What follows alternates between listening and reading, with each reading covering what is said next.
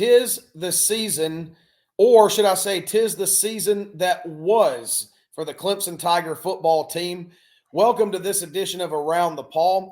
And on this episode, we're going to be taking a look back at what was an instant classic, thrilling Gator Bowl in Jacksonville, Florida, between our Clemson Tigers and the Kentucky Wildcats. And then we're going to be going back and taking stock of the season that was for Clemson. Where do the Tigers stand as they enter the offseason, and where do things go from here as the countdown now begins to 2024? So welcome, everybody, to Around the Paw. I'm Garrett Mitchell, and joined as always by Griffin Barfield and Clifton Kennedy. Guys, I trust that you both had a great holiday and a great Christmas. And as we turn the calendar to 2024, there's a lot to be excited about, and there's still a lot of excitement in the air over that bowl game from a few days ago. Yeah, obviously, first and foremost, anybody listening, hope you all had a great holiday season. Happy New Year. Happy New Year to you too as well. But yeah, I think if you're looking at this game, I think it describes Clemson's season perfectly. Little shaky towards the middle of it, and in the end, they finished strong. And I think we learned a lot about this team. I think we learned a lot about the players on the offensive and defensive side, especially. But I think it was the perfect way to end it. You get some momentum going into next season against a valuable opponent in Kentucky, which no one should have looked over. But it was a shootout, not something that any of us expected. But it was one for the ages. It's one that fans are going to remember for a while, and I'm really happy with how the team played and how they look going into the next season. Yeah, it does. It was kind of like a microcosm of the entire season. You know, we struggled a little bit in the first half. You know, even the third quarter a little bit, and then it's like right after that 4-4 start, you know, something clicked. And they just turned it on. It seemed like Cade knew exactly where to go with the ball, and the running backs knew where to go, and were breaking tackles and getting some good runs and some run backs. And to cap it off, Maffa had 4 touchdowns. I mean, that's insane. It was kind of like a slow getting 4 touchdowns. Before you knew it, he had 4 touchdowns, and I was just like, oh my goodness, that's crazy, you know. Yeah, and look, we're going to talk about the game that Phil Maffa had, and you know what I hope. I hope we can say it's his true coming out party. I hope he's still in a Clemson uniform next year, and he's out there doing what he did for 15 more ball games in the Tiger Orange. And we're going to talk about that. We're going to talk about the offense, the defense, and how all of us whiffed on our score predictions about it being a low-scoring ball game. It was anything but that, thanks to one of the wackiest fourth quarters that you'll ever Not see. Me. Not me. Well, you went on the high end, Clifton. So I did go on the high end. So. I mean, you get the shiny gold star for score prognostications this time. Yeah, but guys, I tell you what, it was. You're exactly right. It was really just an amalgamation of the entire season for the Tigers, who made a regular habit of giving all of us diehards a coronary every Saturday, and Saturday was no different. I can tell you, my wife actually has some rather candidly wonderful video that I didn't realize she was taking as Phil Maffa scored the game-winning touchdown. She showed it to me later, and let's just say it's probably not it's not kosher to play in polite company, because there's things that the FCC would get you for. But oh my God, that's funny. No, but it was a great moment, and you know, I think first and foremost, if that game was a microcosm of the entire season for Clemson, then it was a microcosm as well of how much this team had grown up, at least in my eyes. Look, I told somebody when I went back to work today, my first day back at work after the new year, and I was talking to my Clemson fan coworkers. And I said, look, some things you just have to provide on your own. And for Clemson, that's the guts. I'm going in the Wayback Machine to 2015. The Tigers are still bringing their own guts. And last Friday, they brought them, and they came away with the win. But I'll tell you what, couldn't be any prouder of this team. I think my favorite thing about the whole win and how the season has gone is I think every single position group grew. I mean, look at Cade, for example. That final drive, he went 7 for 7.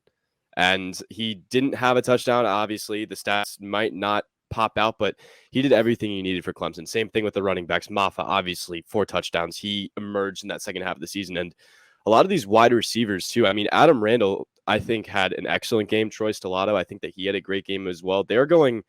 I know that they had a little bit more of a disappointing start that many fans did imagine, but they really came together at the end.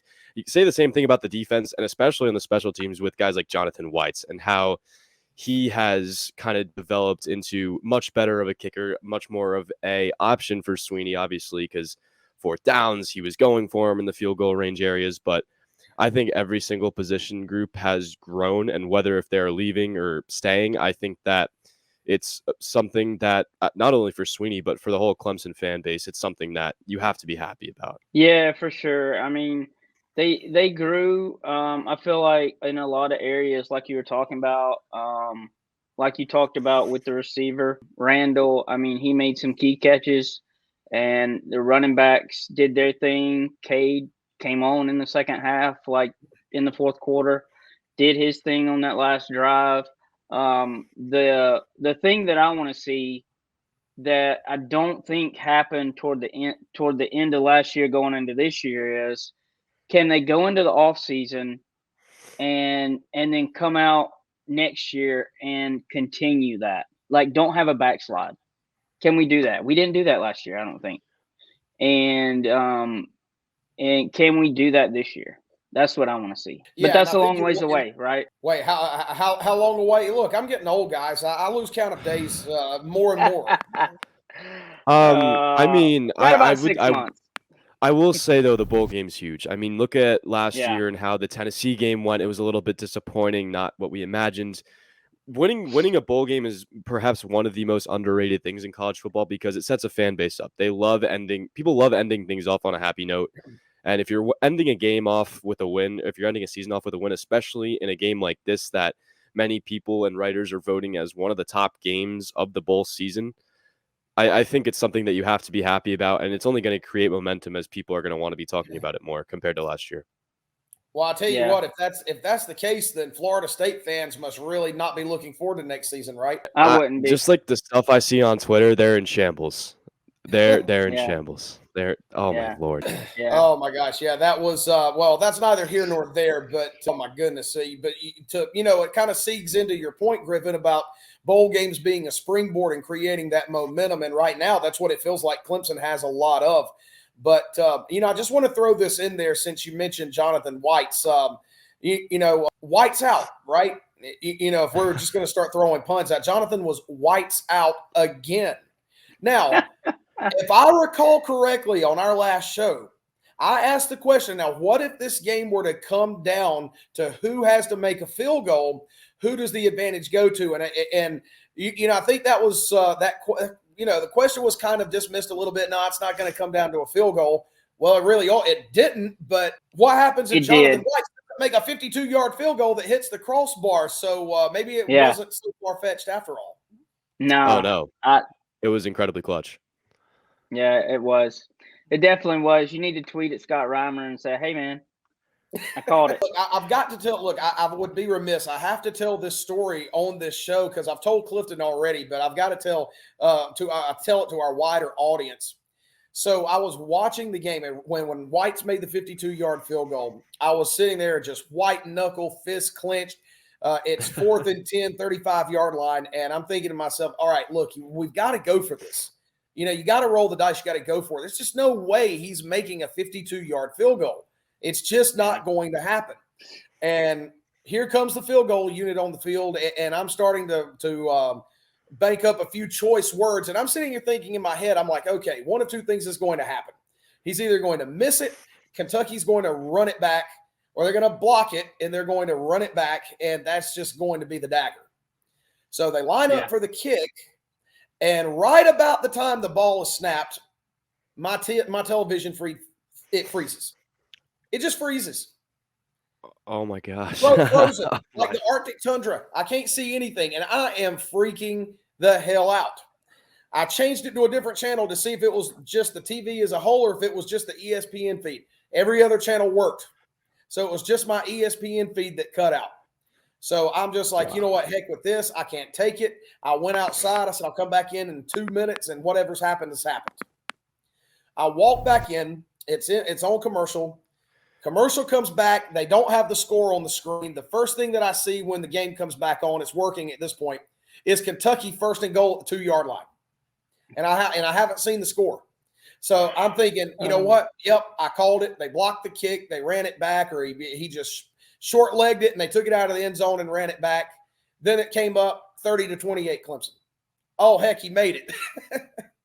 And the rest, it didn't freeze on me again. But so that was my situation when Whites made that field goal. That perhaps was probably the worst moment it could have froze. I think in any moment, not even the touchdown drive. That's crazy. Yeah, that's nuts. That is crazy.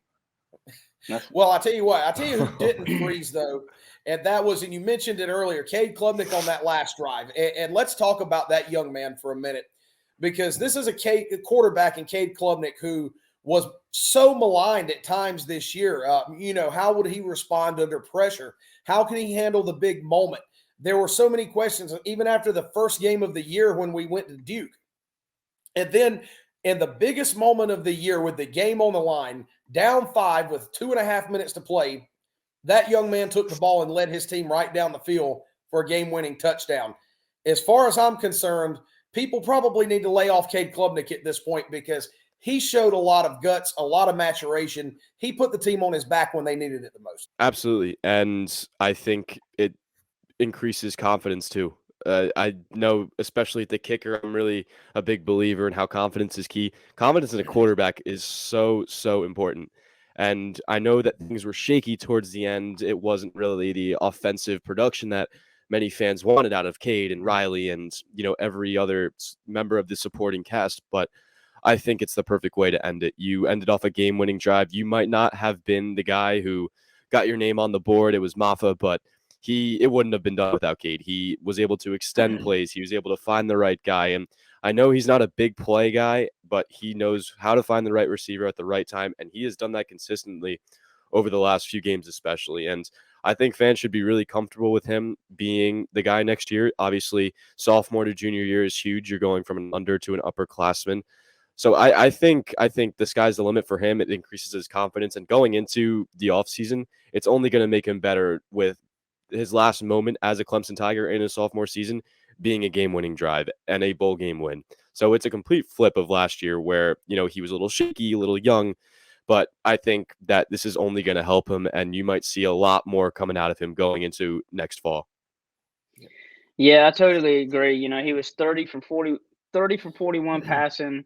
He had 264 yards. He had that one interception, which was, that was so key not to have. But, he was 73% completion rate, and he had 122.4 passer rating, which is insane.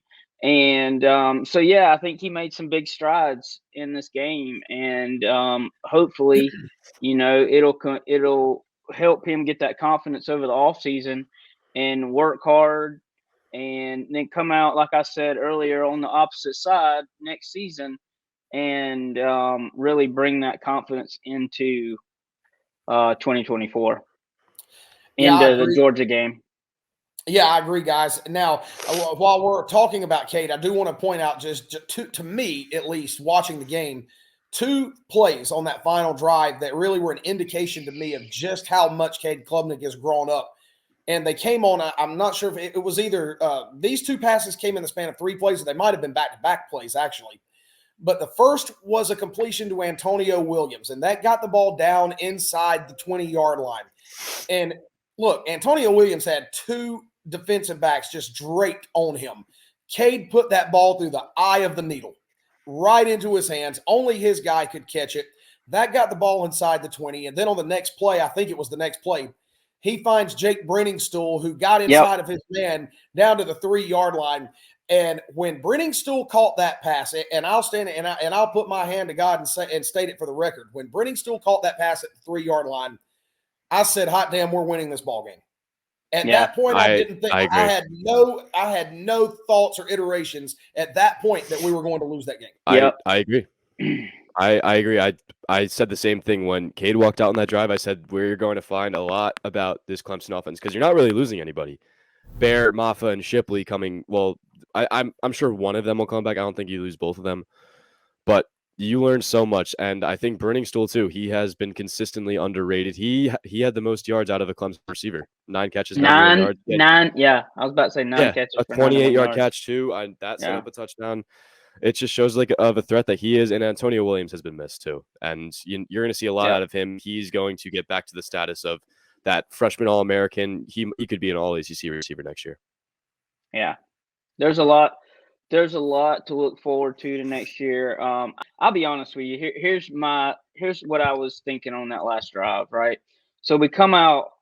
And, I think we're on the 30, maybe. Let's see. I can't even remember.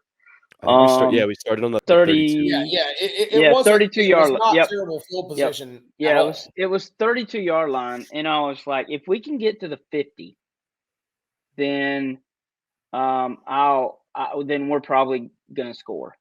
And we got to the 50, and I was like, okay, I got full confidence that we're gonna take it down and score. And because I was sitting beside somebody, and that's what we were saying. If they can get to the 50, then we're good. And they got to the 50, and then they got down to the 3-yard line or whatever it was, and ran the ball in. And I was just like, man, this is what a bowl game is meant to be. Like, and even if we would have lost that game, like the bowl game was just amazing. Just it was one of those where you were on, at least in the fourth quarter, it was one of those where you were on the edge the entire fourth quarter.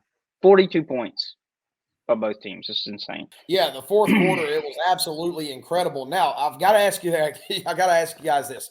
Raise your hand if you either thought or called Phil Maffa running the football on first and goal from the 3 with 21 seconds left. There's my hand. I was yelling for them to run the ball. You've got one time out. At least try to run it one time. Maffa had been your bell cow all night or all afternoon. I'm like, look, let's just try it. Let's just try to put a strain on those guys for Kentucky up front. They handed him the ball. By God, if he didn't score. I mean, it was honestly beautiful to watch. And I'll be honest with you, man. The blocking was not great. It wasn't. Oh, he ran it right into the teeth of their defensive front and willed himself across the goal line with a little help from some backside push right there. But I'll tell you what, Phil Maffa was a guy that was just not going to let his team lose that game in that moment. Yeah. King Maffa. Not at all. Yeah, I mean, hey, that's what we've been saying for a while, but he had an incredible game. And I'm so happy they used him on the goal line. Like God listened to our prayers, and he said, put Phil on the goal line, and he will do great things. Who knows what could have happened if he was the main guy on the goal line, because Shipley and Maffa are used for different things, and you saw what Maffa could do.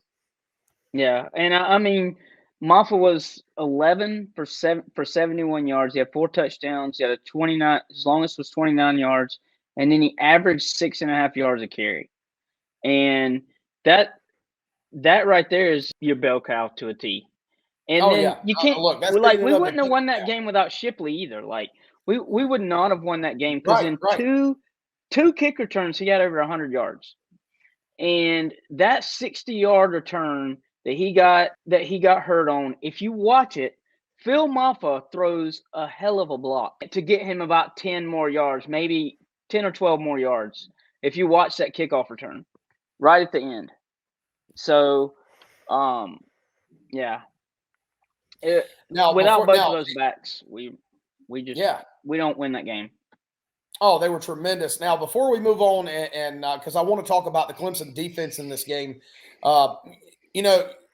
Shipley only had 29 yards rushing, but you talk about the 2 kick returns. Literally left it all out on the field. He gets hurt on that final long kick return. But look, let's just go ahead and say it. The news came out. No serious injury for Shipley. The MRI was clean. He's going to be fine. And frankly, that's really, really good news considering how it looked when he went down. It didn't look good at the moment. Mm-mm. Not at all. Sure didn't.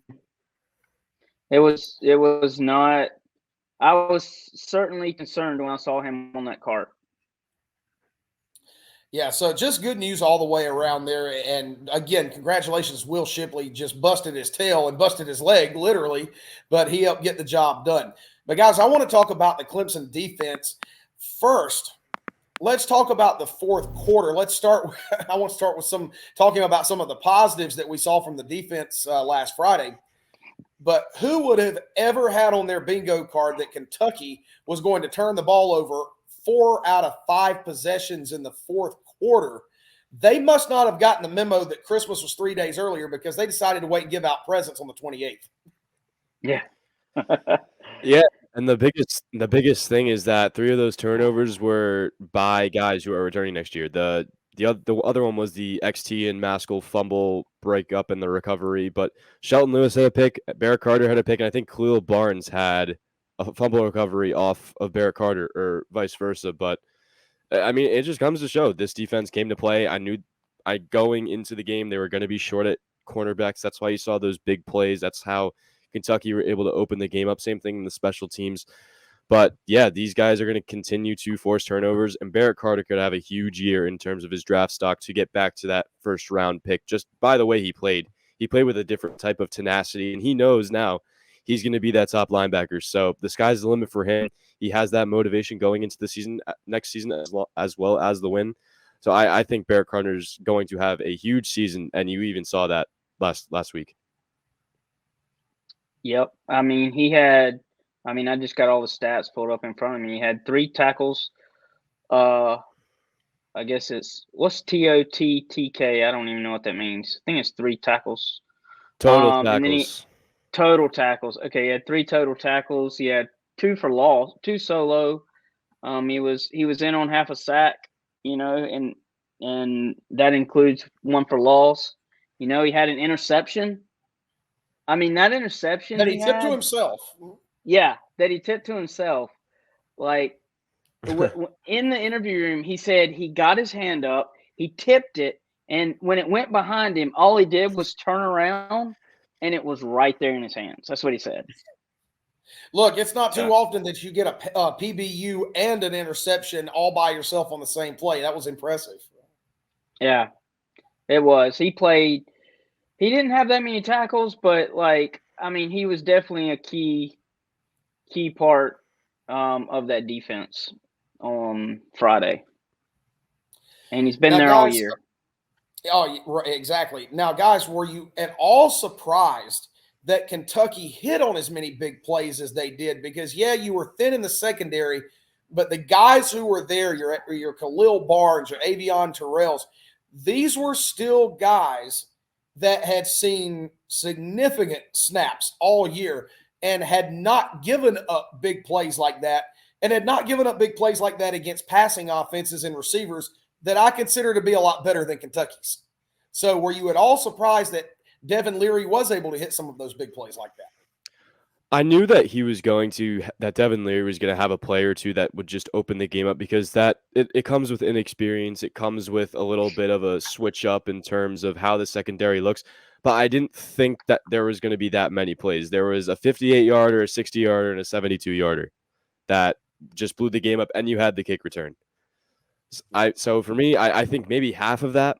But the fact that, Leary was able to just wine and dine, throwing anything and everything, it surprised me a little bit, but I knew that with the inexperience, and it's only going to get better for, these corners of Shelton Lewis and Avion Terrell, who I think they had great games. It's just some inexperience.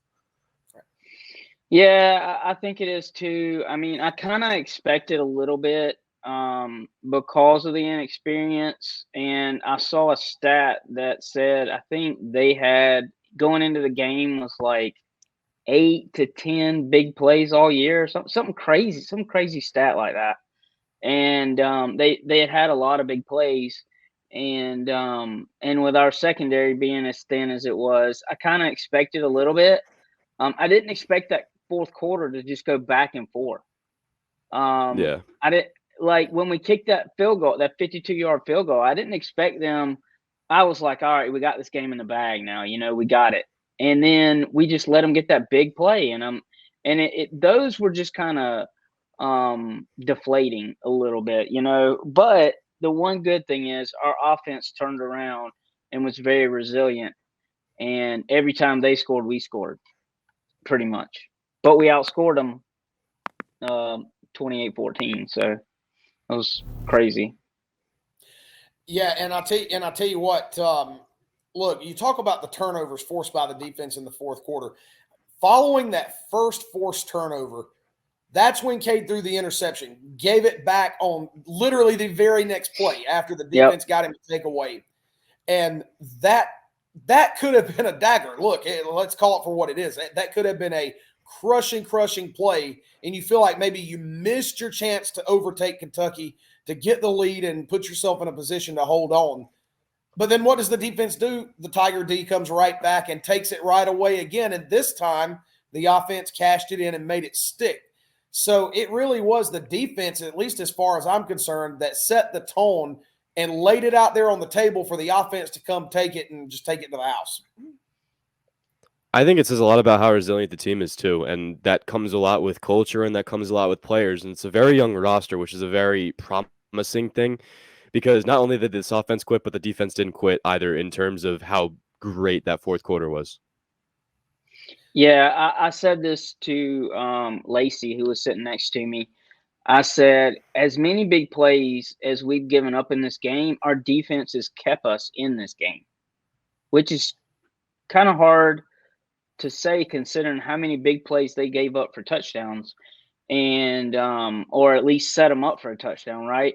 But they did. Like in that fourth quarter, when we needed the ball back, they got it, and that says a lot about the defense. It says a lot about the character of the team, and that these guys don't give up when the buck's down or it's looking down. You know, they just keep their head up and keep going and keep pushing.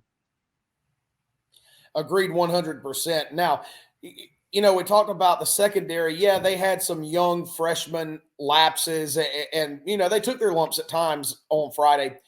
But I tell you what, I can say this with all manner of certainty. Next season, a front line that has Peter Woods, TJ Parker, and DeMonte Capehart for starters is going to be a lot of fun to watch. Oh, and let's not forget Vic Burley. I think his name gets lost in the shuffle because he didn't get to play this year. This cat's going to be a monster too.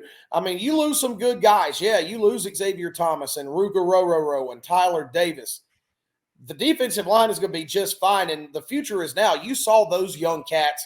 They were up on that line on last Friday, and they held the Kentucky run attack in total check outside of one play. Well, that's the defensive line you're going to be watching next year. They look just fine to me. Yeah, they're going to get thrown into the fire. I completely agree. And you got great freshmen coming in, Champ Thompson, Darian Mayo, Adam Kasai too. They might not be guys that play week one, but you could have a guy like a TJ Parker this year who just slowly emerges, and by bowl season or towards the end of the season, he's a guy that's a consistent starter in this team. Yeah, they're going to get thrown into the fire next year. And when we play Georgia in Georgia at Georgia and Atlanta. So yep. We'll figure out what they're made of, and we'll see how much they can get better over the summer and over the spring and all that, and then come fall. So I'm looking forward to see how much improvement those guys can get considering how good they are right now. Look, guys, all I'm going to say about that is this, and yeah, you know what? I'm going to go ahead and fan the flames a little bit for September. You know, right now, Clifton, you probably know this as much as I do. Look, I grew up in the 90s, and right now, 90s nostalgia is all the rage right now, and it's making a comeback. Look, one of the hottest selling toys when I was growing up in the early 90s was Pound Puppies. Well, guess what? In September, we're going to see some Pound Puppies in Atlanta because that's where the Clemson Tigers are going to take Georgia in the season opener. I'm just going to go ahead and say it. We've got some unfinished business from Bank of America Stadium a few years ago that we're coming to collect that receipt. Yeah, exactly.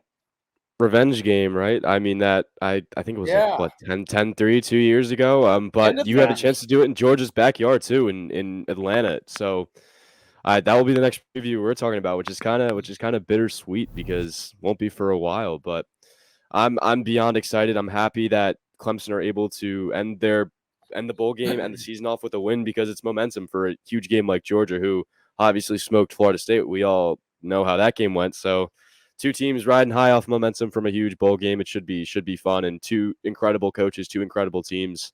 Let's do it. Yeah, let's do it. I mean, let's go down there and show them, what we're made of and what our defense can be with all those young guys.